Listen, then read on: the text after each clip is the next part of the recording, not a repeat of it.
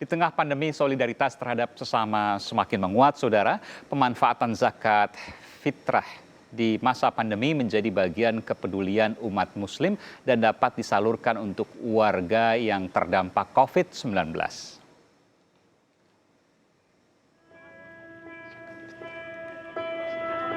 Idul Fitri 1441 Hijriah kali ini terasa berbeda bagi umat muslim dunia, termasuk Indonesia.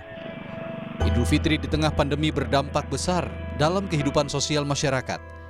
Tidak hanya dalam aspek kesehatan, tapi juga berdampak pada ekonomi, sosial, dan budaya. Imbas pada sektor ekonomi, banyak masyarakat kehilangan penghasilan. Solidaritas dan kepedulian terhadap sesama pun terus muncul dari masyarakat untuk saling membantu. Presiden Joko Widodo menyebut pemerintah sangat terbantu dengan banyaknya aksi solidaritas masyarakat untuk warga terdampak virus corona. Kita juga sangat terbantu dengan berbagai aksi solidaritas dan kepedulian sosial yang muncul dari ormas-ormas Islam dan inisiatif yang muncul dari masing-masing umat, termasuk pemanfaatan zakat, pemanfaatan infak, pemanfaatan sedekah untuk membantu saudara-saudara kita yang terkena dampak dari COVID. Dan kita harapkan aksi solidaritas ini bisa terus berlanjut, bisa meluas lebih besar lagi sehingga menjadi sebuah gerakan besar dalam rangka meringankan beban saudara-saudara kita yang membutuhkan. Menyisihkan harta dengan zakat fitrah pun bagian dari kasih sayang umat untuk sesama warga yang terdampak pandemi COVID-19. Terkait penyaluran zakat fitrah di masa pandemi, Majelis Ulama Indonesia mengeluarkan fatwa bahwa zakat fitrah dapat digunakan untuk kepentingan penanggulangan wabah corona dan dampaknya dengan berbagai ketentuan. Zakat merupakan salah satu peranata keagamaan yang berfungsi untuk menjamin keadilan sosial, menjadi solusi atas permasalahan ekonomi dan juga sosial, sehingga tidak muncul ketimpangan di tengah masyarakat. Zakat sebagai salah satu instrumen membangun kesetiakawanan sosial. Sementara itu, Direktur Badan Zakat Nasional Basnas menyebut penyaluran zakat fitrah masyarakat di era pandemi juga bisa dilakukan secara online atau daring. Hal itu menjadi pilihan untuk menghindari pemberian zakat secara masif di satu lokasi yang menyebabkan kerumunan orang. Masa pandemi menjadi ujian bagi rasa kemanusiaan. Kepedulian masyarakat kepada sesama diharapkan bisa membantu percepatan pemulihan ekonomi pasca pandemi.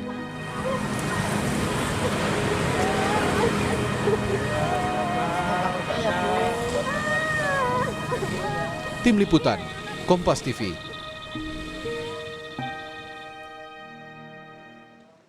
Saudara, Hari Raya Idul Fitri menjadi momen bagi umat Islam untuk memperbaiki diri, termasuk memberikan zakat sebagai bagian dari solidaritas nasional dan juga kewajiban. Untuk membahasnya sudah terhubung dengan Sekjen Majelis Ulama Indonesia, Anwar Abbas. Assalamualaikum warahmatullahi wabarakatuh, Buya, dengan Aiman, Kompas TV, Jakarta. Assalamualaikum warahmatullahi wabarakatuh, Mas Aiman. Iya, sehat selalu, Buya. Yang kemudian saya ingin tanya, Buya, terkait dengan sebelum saya bertanya soal zakat. Besok pagi, insya Allah kita akan sama-sama melaksanakan sholat Id. Tapi berbeda sholat Id yang biasanya dilakukan di tanah lapang, besok imbauan dari termasuk juga MUI untuk dilaksanakan di rumah masing-masing. Ada pesan mungkin, Buya, terkait hal ini? Ya, jadi dalam fatwa MUI itu sudah dijelaskan dengan tegas di daerah yang penyebaran COVID-19-nya tidak terkendali, maka MUI sangat menyarankan supaya umat Islam tidak menyelenggarakan ibadah salat Idul Fitri di masjid dan atau di tanah lapang, tetapi menyelenggarakannya di rumah kita masing-masing, ya, untuk menghindari tertularnya para jamaah, ya, oleh virus yang menular dan sangat berbahaya, ya. Jadi semangat dari apa yang ada dalam fatwa itu adalah bagaimana caranya kita supaya masing-masing kita bisa melindungi jiwanya. Nah, oleh karena itu dianjurkan di daerah yang memang penyebaran virus COVID-19-nya masih belum terkendali, ya kita sembahyang di rumah kita masing-masing berjamaah dengan keluarga. Ya, meskipun ini imbauan, ada saja di daerah di zona merah begitu ya, Buya, yang kemudian masih melakukan rencana sholat Id. Adakah kemudian hal yang ingin disampaikan Majelis Ulama Indonesia terkait hal ini? Ya kalau bagi saya ya, jika seandainya sesudah kita itu berada di daerah yang belum terkendali atau dalam zona merah ya, saya mohon betul lah dengan sangat ya, karena kalau seandainya mereka memaksakan diri untuk berkumpul-kumpul dalam rangka menyelenggarakan sholat Id di masjid atau di tanah lapang, risikonya sangat besar ya. Seperti kita ketahui bersama ya, kalau seandainya kita kena penyakit malaria itu vaksinnya sudah ada ya. Iya. Tapi yang namanya corona ini belum ada vaksinnya ya. Jadi oleh karena itu ya resikonya sangat tinggi. Ya. Karena apa? Karena untuk menangkalnya para dokter pun belum tahu. Jadi istilahnya ya kalau seandainya misalkan kita berbondong-bondong besok ke masjid atau ke ke tanah lapang untuk mengerjakan sholat Idul Fitri, berdasarkan kajian dari Fakultas Kesehatan Masyarakat UI untuk kasus di daerah DKI Jaya itu dari data yang mereka miliki ketika penduduk atau warga Jakarta banyak yang stay at home, itu pasien barunya menurun, jumlah pasien barunya menurun. Tetapi begitu bulan Ramadan datang ya, ternyata banyak dari penduduk Jakartanya sore-sore keluar ngabuburit mungkin barangkali ya, atau mungkin malam hari mereka pergi untuk menunaikan sholat tarawih. Sehingga akhirnya yang terjadi menurut hasil kajian daripada Fakultas Kesehatan Masyarakat itu, begitu jumlah masyarakat yang keluar meningkat, maka pasien baru pun meningkat.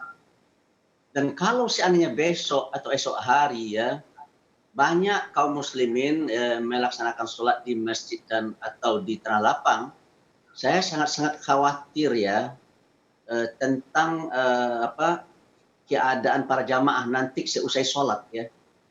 Saya sangat takut ya kalau seandainya mereka itu tertular oleh virus yang ada. Karena sekarang ini sangat banyak orang yang statusnya OTG, orang tanpa gejala kan.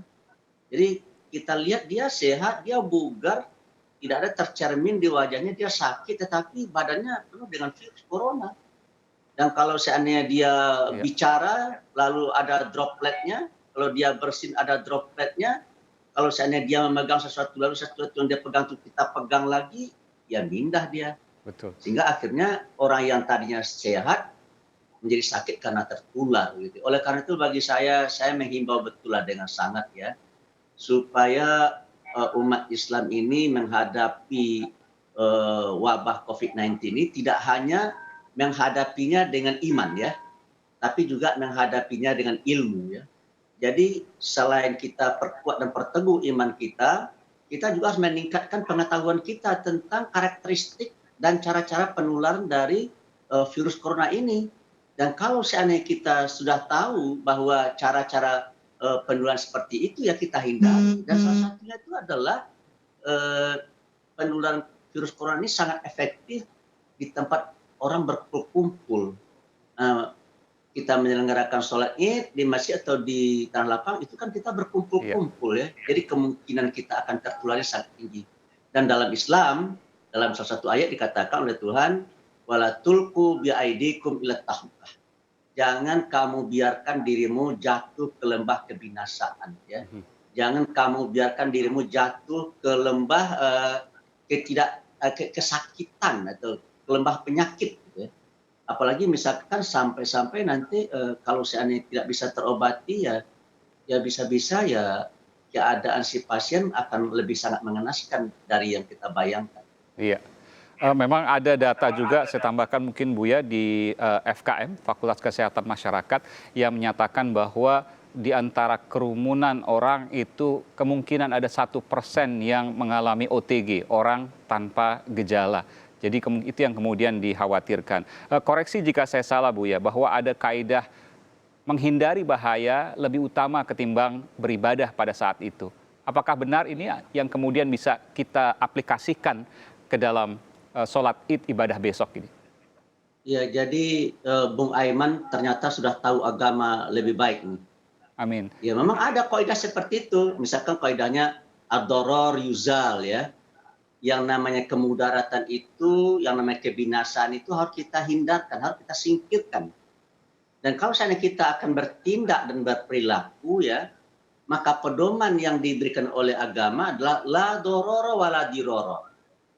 Jadi jangan sampai tindakan kita dan perilaku kita itu mencederai diri kita atau mencederai diri orang lain.